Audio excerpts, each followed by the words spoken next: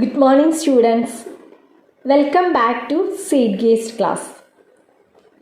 We are going through third module, gender.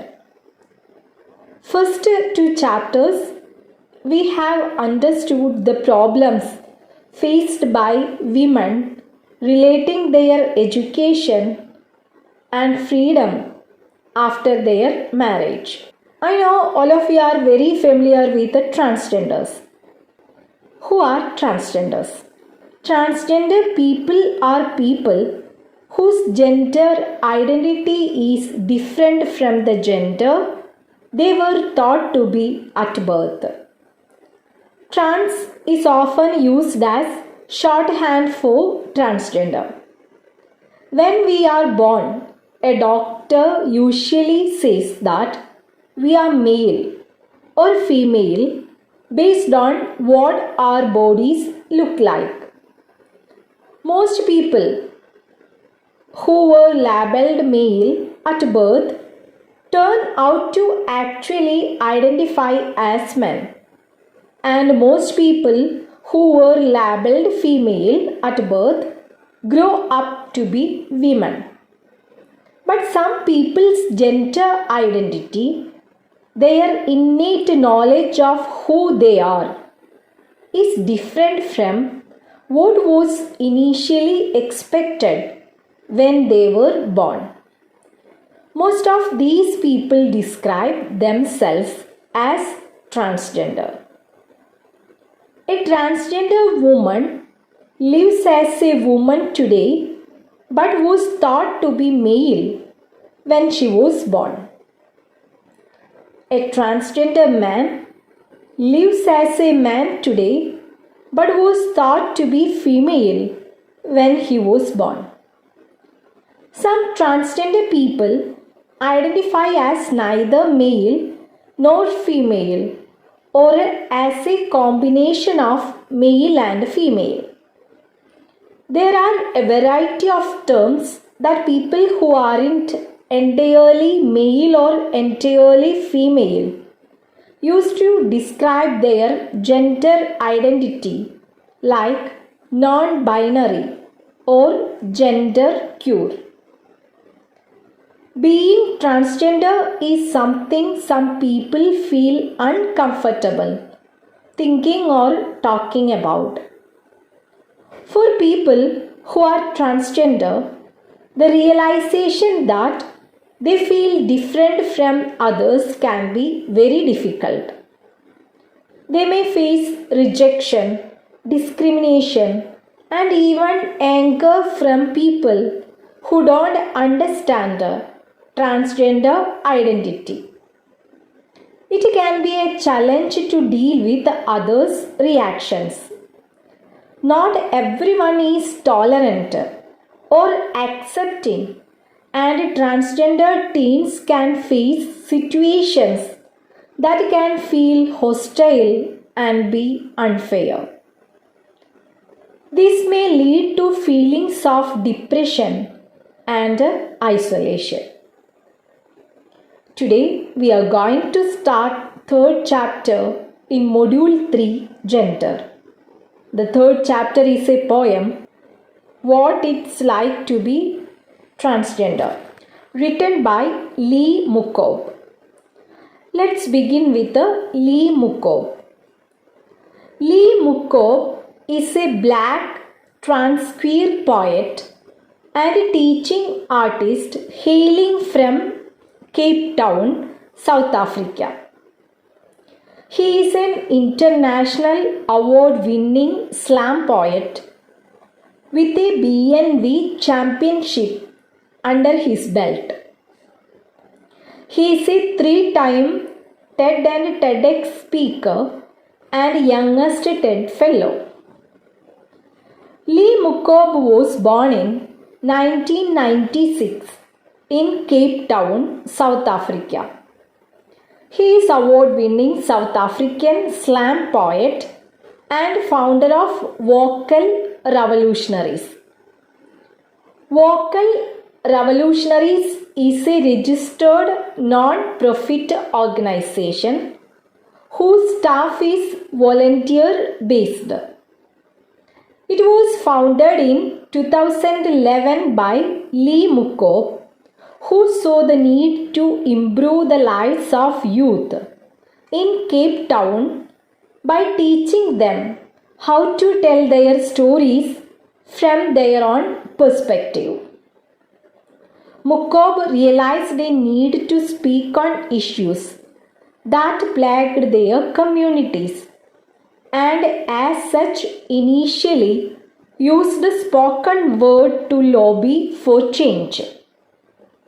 He recognized that through leadership and eloquence that the youth could do anything. From there, the organization graduated to teaching digital arts to help amplify the township youth narrative.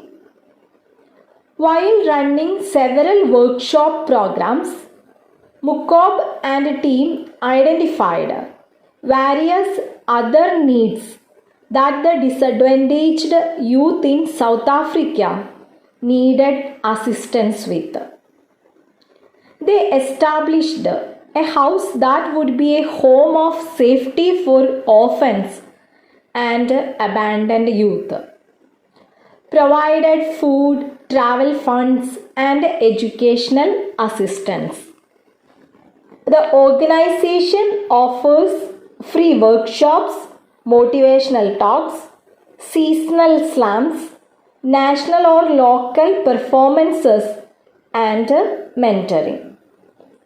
In 2013, Mokobe's South African slam poetry team, which was also named Vocal Revolutionaries, made it to the final stage of the Brave New Voices Global Poetry Competition, an event of American Poetry Slam which began in 1998 in Chicago. The first team from the African continent to compete, they came second among the 55 teams in the world that were shortlisted. In 2015, Lee came out as a transgender male. Now he works as a teaching artist across the USA. He is a political activist who criticizes the lack of freedom of expression in South Africa. Having moved to the US, he constructed a poem titled "The Not Yet Burning Country," which has comparative elements to America's election of Donald Trump and how South Africa has dealt with xenophobia. Xenophobia means racism. Homophobia, it means dislike or prejudice against gay people. And transphobia. Transphobia means dislike or prejudice against transgender people. The poem highlights how victims are shamed and their experiences belittled or downgraded. The poem also addresses the hypocrisy of those who have the power to make changes for the better. The poem titled "The Not Yet Burning Country" was written against the extreme right-wing politics of Donald Trump, the president of USA. Lee Mokobe has been a TED Fellow since 2015. Also a performer, he wrote several plays and has made a few short films with the help of the media company Soul Pancake at the YouTube Space Studio. I think it's the time to begin the poem. What it's like to be transgender. Before that, I remind you, don't forget to read the page number 61 in your textbook. I want to give a brief introduction about very powerful poem, What It's Like to Be Transgender, written by Lee Mokobe. In this poem, Lee Mokobe reflects on his experiences as a transgender person growing up in South Africa and the responses he has received from other people about his identity. He mentions the internal conflict that came as a result of trying to interpret his identity through the way in which society understands sex and gender. Transgenders face a lot of challenges each day in the world. The poem is about a child who grows up to be a transgender. Transgenders have the freedom to choose what they want to be, male or female. But there are still parts of our society which do not accept them like a normal human being is accepted. The child in the poem states how challenging and difficult it is each day to live in the world that doesn't accept transgenders with what God has made them. As the child grows facing various challenges each day, he prays and asks Jesus to heal him because the world mocks at him of being cursed. God not happening to be a helping hand. The child had to face the world with whatever he is. He decides to be a boy and lives his life with courage. Major part of the poem expresses how difficult it is to live such a life. Each day, the challenges he faces in every part of his life are mentioned with minute details. At the conclusion of the poem, he stops asking God to heal him because he realizes that he is what he is. He states that God finally listened to his prayers and made him understand that he was perfectly created the way he is. Students, we are going to start the poem. All of you please take the page number 61 in your textbook. I just recite some lines for you. The first time I uttered a prayer was in a glass-stained cathedral. I was kneeling long after the congregation was on its feet. Dip both hands into holy water. Trace the Trinity across my chest. My tiny body drooping like a question mark all over the wooden pew. First, we are going through the glossary.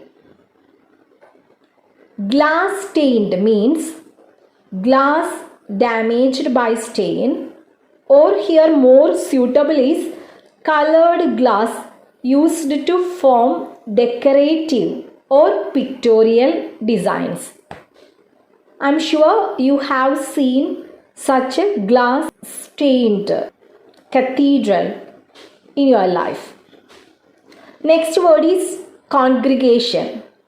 Congregation means group of worshippers. Holy water. It means water blessed by a priest and used in religious ceremonies. Trace means follow. Trinity means Father, Son and the Holy Spirit. Drooping means bending. Last word is wooden pew. It means a pew is a long wooden seat with a back which people sit on in church. Let us go through the paraphrase of these lines. I think all of you got the clear idea about all the difficult words. When the poem begins, we can see the narrator, Lee Mokobe, was kneeling long after the congregation on his feet by dipping both hands into holy water, and he traced the Trinity, crossed his chest, and uttered prayer for the first time in a glass-stained cathedral. His tiny body drooping like a question mark. When the narrator identifies his problem in his body, at first he reaches in a cathedral. Cathedral means the main church of an area that is headed by a bishop. So we can see that when Lee Mokobe identifies his physical problem, the problem relating his own identity, he reaches in a cathedral because he believes in God. He is very optimistic. He is sure that definitely God will help him to fix his identity. That is why when Lee Mokobe identifies his problem, he reaches in a cathedral. We can see that he was kneeling long after the congregation on his feet. He believed in God. So he dipped both his hands into holy water and he traced the Trinity, crossed his chest, and he started to pray. At that moment, his body drooping or bending like a question mark. He believes in God. He is very optimistic. He believes that God will solve his problem. God will help him to fix his own identity. We can move to the next lines. I asked Jesus to fix me, and when he did not answer, I befriended silence in the hopes that my sin would burn and salve my mouth would dissolve like sugar on tongue.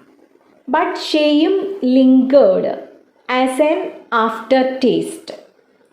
And in an attempt to reintroduce me to sanctity, my mother told me of the miracle I was. Said I could grow up to be anything I want. I decided to be a boy. It was cute.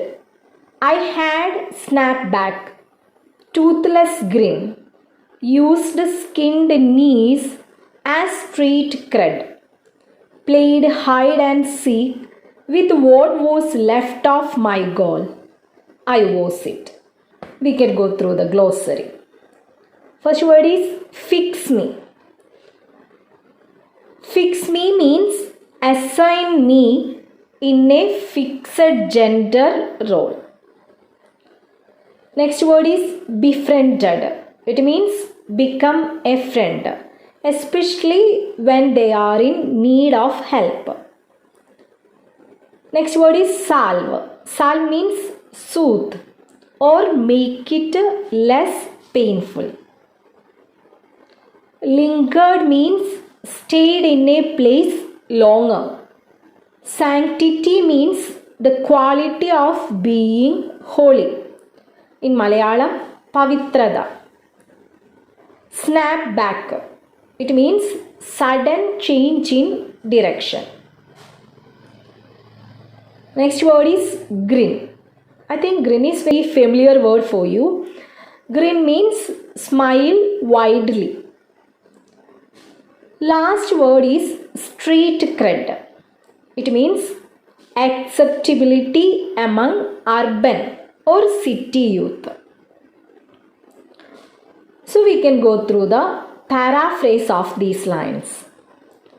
The speaker asked Jesus in the first prayer to fix him, that is to assign him a specific gender role. I think all of you remembered well. Here the narrator reached in this cathedral to pray to God to fix him at any gender role. He didn't give any condition in front of God. He prayed to God, you can fix me at any gender. There was no condition.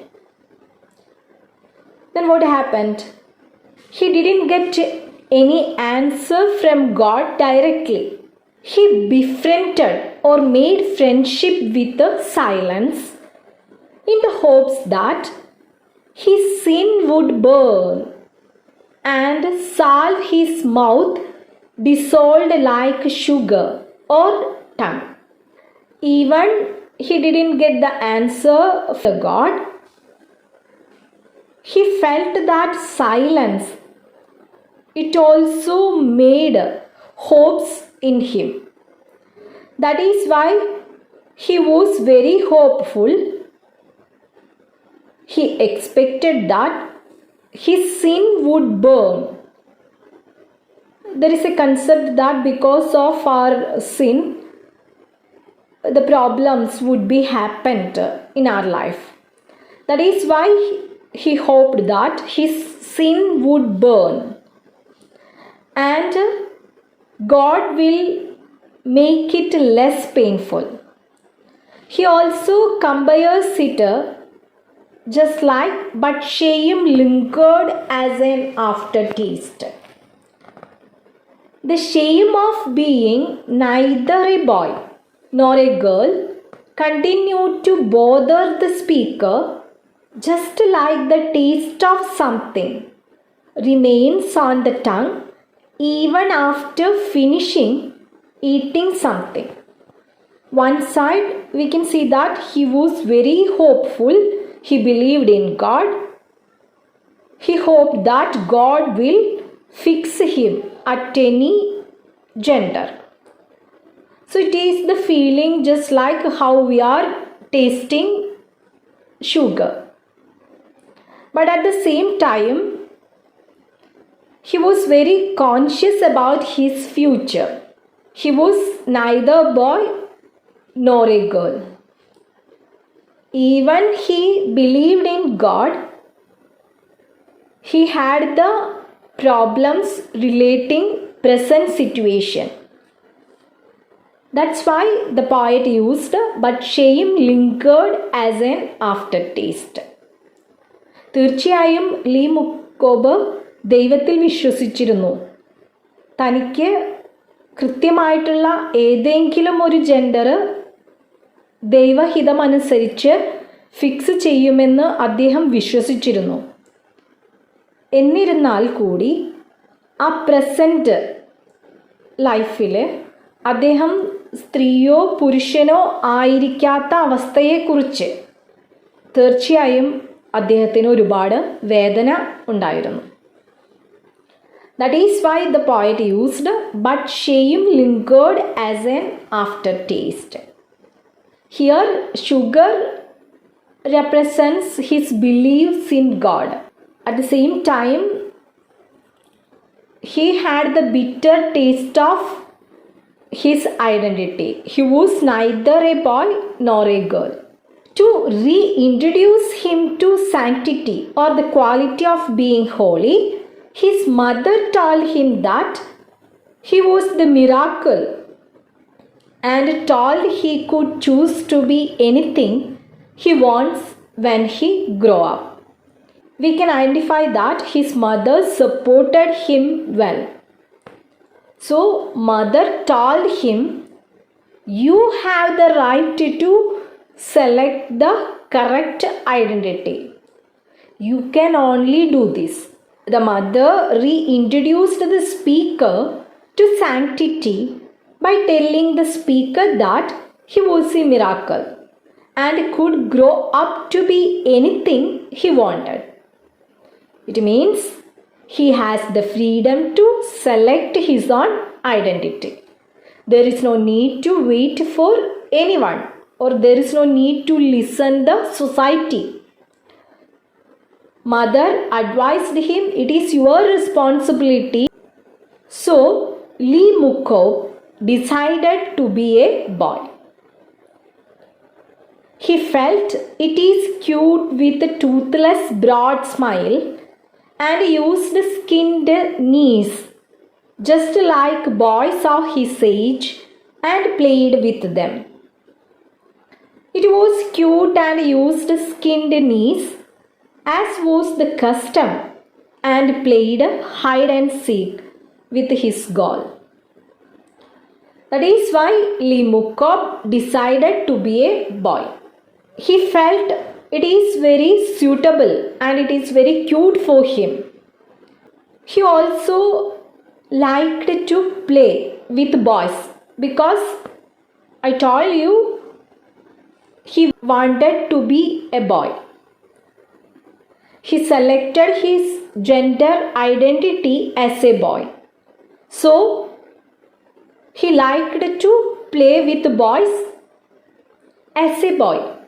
He used skinned knees. It was the custom and played hide and seek with his doll. He was very confident to fix his gender identity. We already understood his mother supported him well. I think this is enough for today's class. We are going through the real life of the great African slum poet Lee Mokobe. We will continue the rest of the poem in our next class. It's the time to discuss the questions relating this part. First question, where did the speaker make a prayer for the first time? Next question, identify the figure of speech.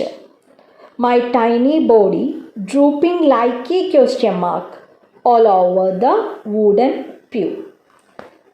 Next question, what did the speaker ask Jesus in the first prayer?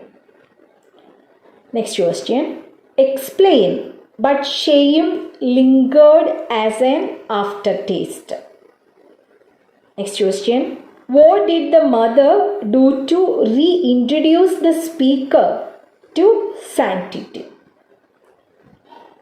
Last question, how did the speaker describe the face? I decided to be a boy.